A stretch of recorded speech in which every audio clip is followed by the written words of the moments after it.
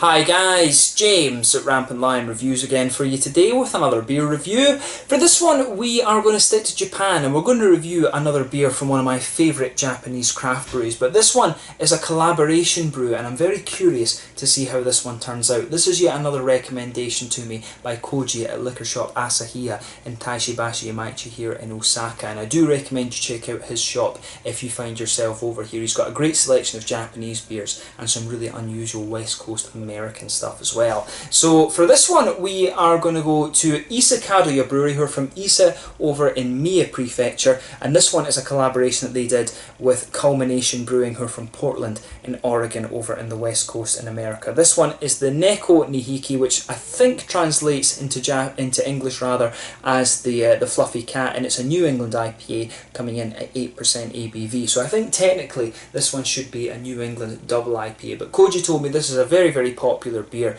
and this is one that I really needed to try, and he's never steered me in the direction of a bad beer yet, so very curious to see how this one turns out, and as always I hope you guys enjoy my take on this one. So anyway, as is usual with my reviews then, I'll tell you a little bit about the breweries involved here. If you want to get straight to the tasting, just fast forward. All the usual links are in the description below. That's the brewery websites, the link to my other reviews that I've done from Ise Kadoya, and my future reviews that hopefully I can do from Culmination Brewing. Very first time I'm encountering one of their beers, of course. There's all the usual social media. If you want to see more beer reviews, do please consider subscribing to the channel. The whole channel, of course, has a geography-based tagging system, so you can go into the homepage and search for beer based on country, city, state, county, prefecture, whatever it is you're interested in. Do check out the playlists of beers from different countries. There is one there for all the Japanese beers that I've reviewed for you, and another one for all the American beers. This beer will appear in both of those lists because it is half and half, and as always, please do get in touch and let me know some of the other beers and breweries that you guys would like to see me review. It's always great to hear from you guys that are watching the videos, and the support that you show the channel is hugely appreciated. So anyway, to tell you a little bit about Ise Kadoya first off then, since these guys are the home brewery.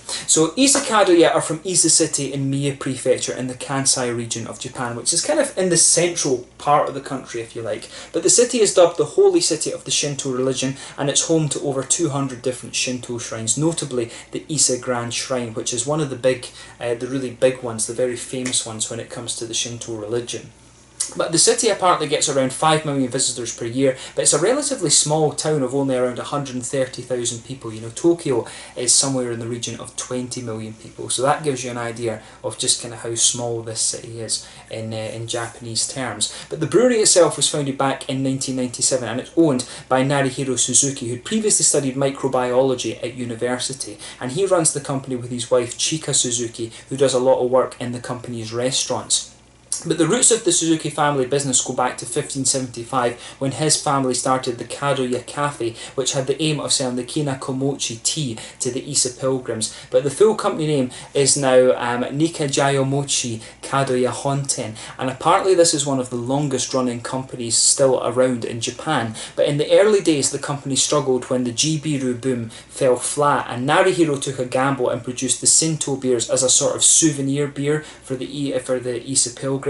And this is what kept the company going through the difficult times. And it was only in 2010 that the Ise Kadoya beers, the more sort of craft style beers, actually started to perform better than the Shinto souvenir beers. But you know, it was a means to an end for him basically to make the craft brewery survive. But the brewmaster at the brewery is Masakazu Nakanishi, who joined the company in 1997 after working an office job. He studied fermentation in high school during his agriculture classes, and the brewery apparently were looking for a brewer around the time that his work contract finished, so it was really just a perfect fit that he turned up at the right time. But he later became brewmaster in 1999, and another instrumental man in this company apparently is Yoshihiro Matsuoka, who's the restaurant manager, and he's also the label designer as well. So all these different labels that you'll find on the Ise Kadoya beers are designed by him, and he's known as the walking beer dictionary just because he apparently has a ridiculous knowledge of all the different beer styles throughout the world. But the brewery import various hops and malt from across the world. I think most of the malt comes from the likes of Germany and England and Europe, and the hops are coming from America, Australia and New Zealand. But apparently their water source is from the local Miyagawa River, which is filtered through charcoal filters before they actually use it in the beers. And they're apparently very, very thorough in their quality control as well, and they've won many different awards for their beers to date. These guys are one of the most decorated craft breweries in Japan. But the brewery own 2 restaurants. This is the Biyagura, which is the on-site restaurant at the brewery, and they also have the Ise Kadoya Kaikumayaten as well, which is another very good restaurant. But I do hope that I can get up to Ise Kadoya at some point and visit the brewery itself. But in 2018 they actually opened up a new, very modern brewery as well, and you can see photos of that on the brewery Facebook and things, which you will find the link for in the description below. But like I said, this is one of the most decorated and well-known craft breweries in Japan. In fact, I've tried maybe about 7 or 8 of these different beers as well, and they always tend to be really quite nice. In fact, but they've got a big core range of beers, and they've also got various seasonals and stuff like that they produce as well. But definitely one of the more prolific Japanese craft breweries, probably the most prolific Japanese craft brewery in fact, and one of the ones that you definitely need to check out if you find yourself being interested in Japanese craft beer. But that's all you really need to know about Ise Kadoya for the moment. Let's get on to the American side of the brewery, to Culmination Brewing. And you know, this was the first time I'd ever heard of this brewery in fact. So as I mentioned to you earlier, Culmination Brewing are based in Portland in Oregon, and the brewery was founded back in 2014 by Thomas Slaughter, who's a master brewer, and he acted as a consultant to many other breweries. And he basically started this brewery after having helped many other kind of young entrepreneurs, and he thought to himself, you know, why don't I start my own brewery? And this is how Culmination began. It was the culmination of all his of all his gained knowledge and all of his efforts actually. But Thomas is a native of Michigan, and he moved to Portland back in 2000, and he worked for a decade as head brewer of the Old Market pub before moving into doing consulting work for other breweries, as I mentioned earlier, and then his own brewery. But he's joined in the company by his wife April, who mainly takes care of the business side of things, and the brewery had actually considerable issues opening up. It took them about 2 years to actually get their site up and running, but they opened their doors in January of 2015, and this is the reason for the name Culmination Brewing, because it took them so long to get it up and going. But they opened with a 7,000 square foot space with a tap room and everything like this, various different gravity tanks and all of that. But Thomas is also involved at Mountain Walking Brewing in Bozeman in Montana as well, but he's left the day-to-day operations of the brewery to head brewer Conrad Andreas. This was back in around 2016. But Thomas is also involved in a brewery in Hong Kong. I think it's possibly Guelo beer that he's involved in too, and as of July 2019 this particular brewery has brewed around 340 different types of beer. So it's an interesting one this. As I said, I've never heard of this particular brewery in Oregon, but hopefully I can try some of their beers at some point in the future. As I've told you before on the channel, when it comes to actually buying these beers in Japan, for me it's very interesting because we don't get too many of the West Coast American beers over in Europe. It's mainly the kind of New England and Florida beers that we're getting these days. So to come over to Japan and try all the different West Coast stuff is really interesting. So I'll keep an eye out for this brewery in the future and see if I can get any of the different stuff. But maybe if they're making headway over in Hong Kong, you might find some of the Culmination beers here in Japan at some point too. So yeah, another brewery to keep an eye on, and it's definitely cool to encounter another Oregon craft beer. And if you are interested in Oregon craft beer, the woman to check out is Tasting Niche, who does a lot of Oregon beer reviews, because that is her home state, of course. But yeah, that's all you really need to know about Culmination Brewing just now. Again, if you want to learn a little bit more, you can check out the brewery website in the description below, and you can follow them on Facebook and Instagram and stuff like that, and that will keep you up to date with all the latest goings on there. But let's get on to the actual tasting of this beer itself and see how we get on. So yeah, this one says a lot of stuff in Japanese that I can't really read because I'm not very good at kanji. Hiragana and katakana, not a problem, but kanji it's a little bit difficult for me. But there you can see the New England IPA, Neko Nihiki, which, as I say, I think it means the fluffy cat, but this one is a New England IPA. I guess you could say it's a New England double IPA as well, coming in at 8% ABV. It was originally a limited brew, but they brew it again because it was very, very popular. There you can see the Ise Kadoya bottle cap on this one, but let's get it out and get on with the tasting. I'm really curious to see how this one turns out. Thank you again to Koji at Liquor Shop Asahiya in Taishibashi, Maichi, Osaka, for giving me this recommendation. So let's get out and into the glass and see how we get on. The only other New England IPAs I can think that I've had in recent times are the ones from Yuzu Brewing, which have been really nice. I think I might have stored this actually at too cold a temperature, because there are one or two little big bits of the flaked oats just kind of going around in this one, but that shouldn't affect it too much. I mean, it's all natural. I think if I hold this up to the camera, you can actually see some of the sedimentation and stuff in there. There is a fair amount of sedimentation kind of in this beer, but let's just ignore that for the moment and have a taste of it and see how we get on. If I hold this one up to the light, you can see this is one of the more yellowy coloured New England IPAs that I've come across. If I put my fingers behind the glass, you can see it is pretty damn hazy, which to be honest is what you would expect from this style. There's a quarter finger or a third finger of a frothy, I would say, you know, perfect white head in this one. It looks, you know, particularly nice. If you sugar the beer up a little bit, you are going to invite that head to come back. One or two big bubbles sticking towards the edge of the glass there, and a few little ones just heading up towards the bottom of the head. But in terms of appearance, nothing particularly surprising about this one in terms of it being a New England IPA or a New England double IPA, however you want to term it. But yeah, it looks very, very nice. So let's take a closer look at the aroma then and just see how we get on.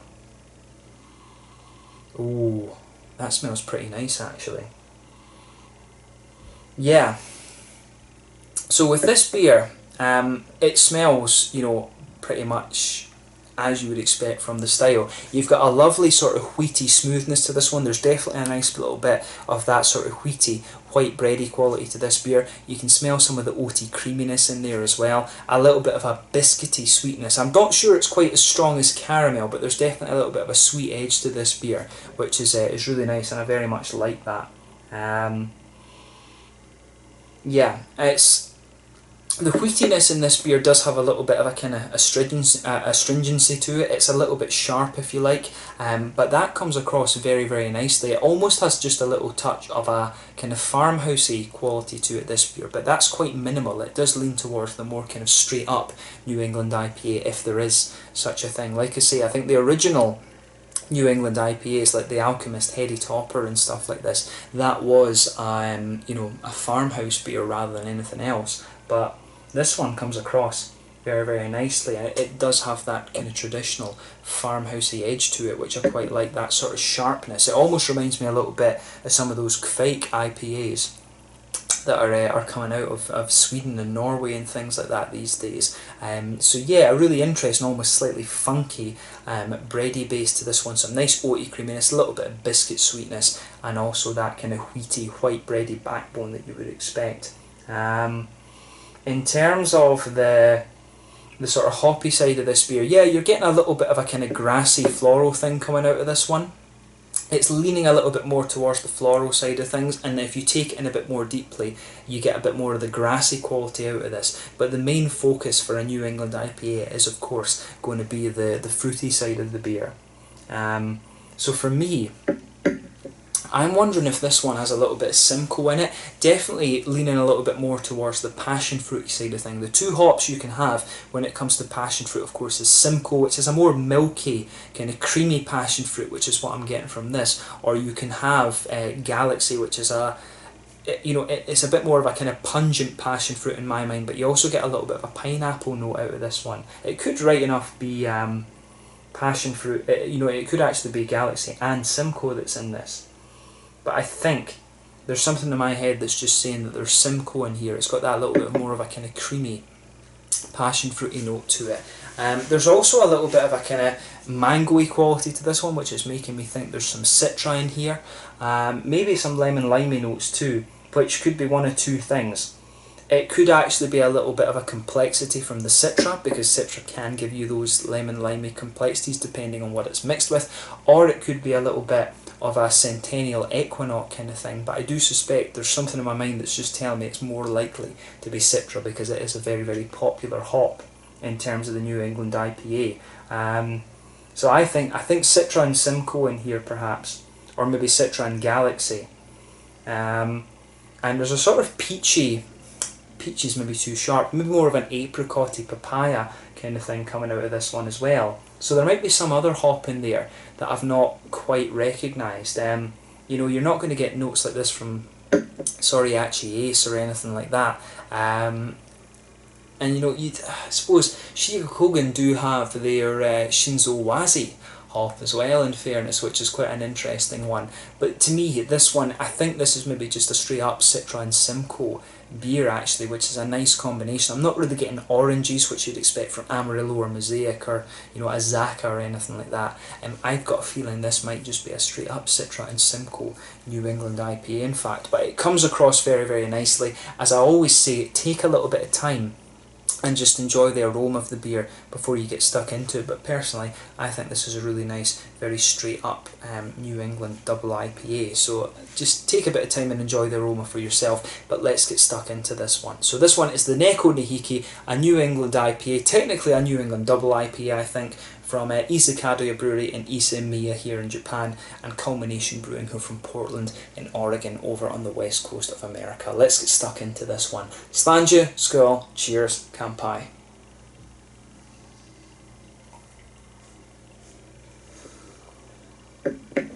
Oh yeah, that's really pretty damn good actually. You know, this beer, this could easily stand up with the likes, you know, Stigberg at Omnipollo, you know, Gamma Brewing from Denmark and things like that. Those I'm just mentioning breweries that I'm familiar with living in Scandinavia, but this beer really is up there with the quality of those. You know, massive thumbs up to Ise Kadoya for this one. I can see why Koji was saying this is a very popular beer. This is really nice. Very, very smooth, and if this is the quality of beer that's coming out of Japan these days, you know, you just have to take your hats off to them. One of the things that's very interesting about the Japanese beer scene is that a lot of the craft brewers are farmer sake brewers. You do get people as well who are just starting up as farmhouse brewers. Uchu Brewing are the ones that come to mind, but a lot of these brewers have a bit of experience with sake and other various things, but this is a top quality New England IPA, and I can see why they've gone back and rebrewed this one, because, you know, if you're not fast with this, I can see why this would sell out very, very quickly. You know, Japan is a very, Asia generally, I think you can say, is a very consumerist society, and this is a beer that I can see selling out very, very fast. It's very good quality, in fact.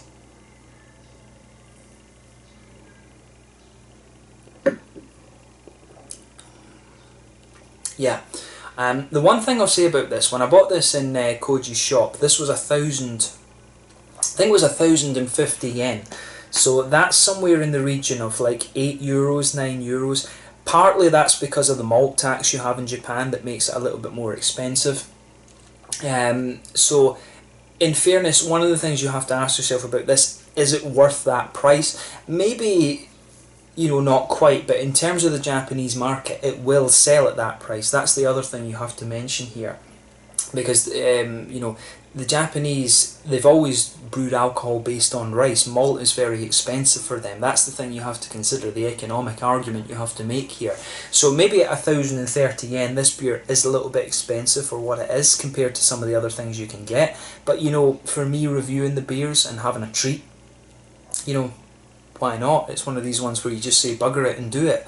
So just be aware of that. If you do try this one, it is a little bit more pricey compared to some of the other Ise Kadoya ones. Most of the other Ise Kadoya ones, I would pay, you know, 600 to 700 yen for them. This one was 1,000 odd. So yeah, a bit more pricey, but I think worth it in the end.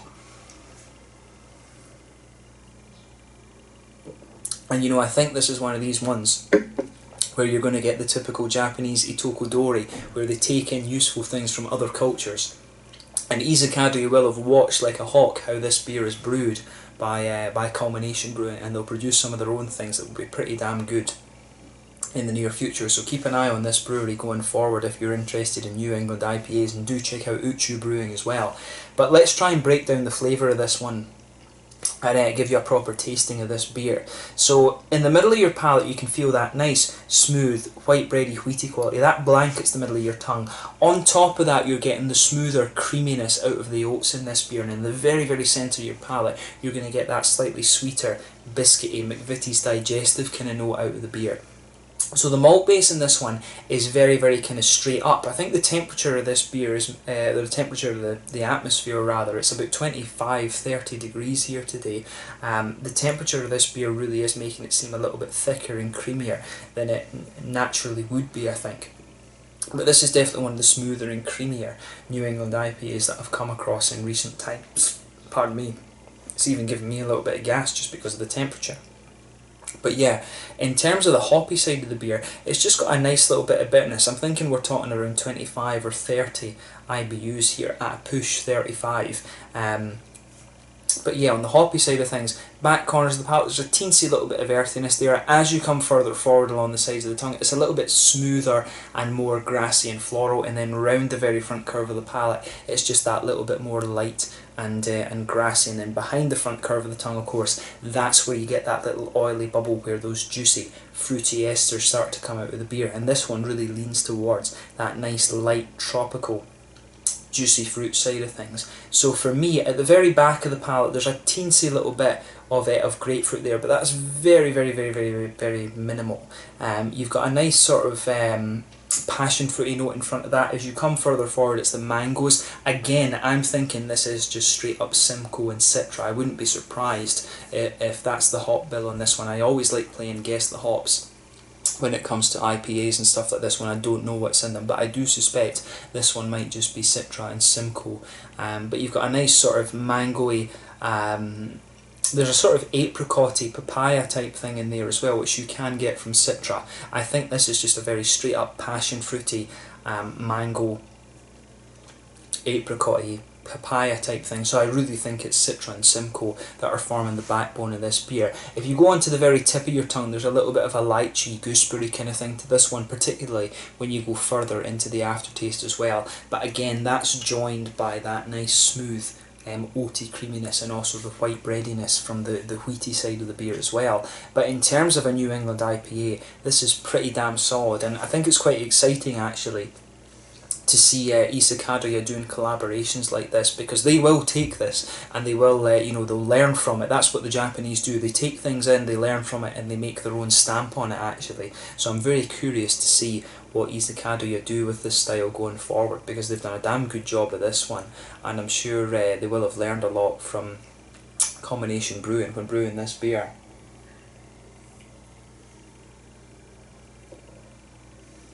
So yeah, this one gets a big thumbs up from me.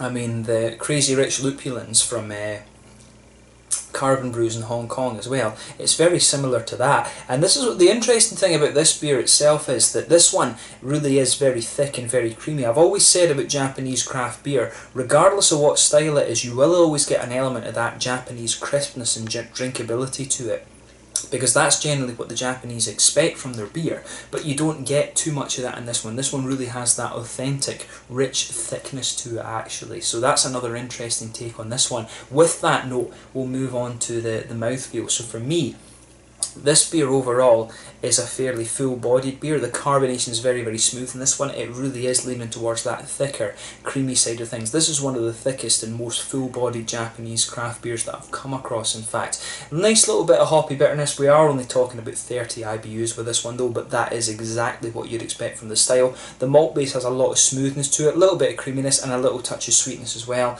and you've got some nice, juicy, fruity quality in there as well. But overall, a very, very nice beer. It's up there with some of the European New England IPAs that I've had, and some of the ones that I've had from America. Definitely leans towards the more creamy, sweeter side of things, rather than being overly juicy and kind of pungent and astringent with the hops, if you like. So this is one of the more malty and adjuncty, I guess you could say, IPAs that I've had over the last little while, but it gets a big thumbs up from me. I certainly wouldn't hesitate to drink it again. If you are drinking this in Japan, just be aware that this is one of the beers that comes with a little bit of a price tag. 1,030 yen is pretty, is pretty heavy in terms of price for for these kind of beers. But let's leave it at that for this one. So once again, thank you for watching my beer reviews. Until the next time, please like, subscribe, share, all the usual YouTube stuff. Let me know your own thoughts on this one in the comment section below. Let me know what your favourite beers are from Ise Kadoya and from Culmination Brewing as well. It's been great to review this one for you, a brewery that I really enjoy in Japan, and hopefully I can try some of the other Culmination beers in the fairly near future. But thanks again for watching. I'll catch you guys very soon. This one was the Neko Nihiki, the fluffy cat, if I'm translating it properly from Japanese, from Ise Kadoya Brewery in Ise in Mie Prefecture here in Japan, and Culmination Brewing from Portland over in Oregon. A New England IPA that can really stand up with any of the European competitors, if you like. Thanks again for watching. Let me know your own thoughts on this beer in the comment section below, and I will catch you guys very soon. Slàinte, Skull, Kampai.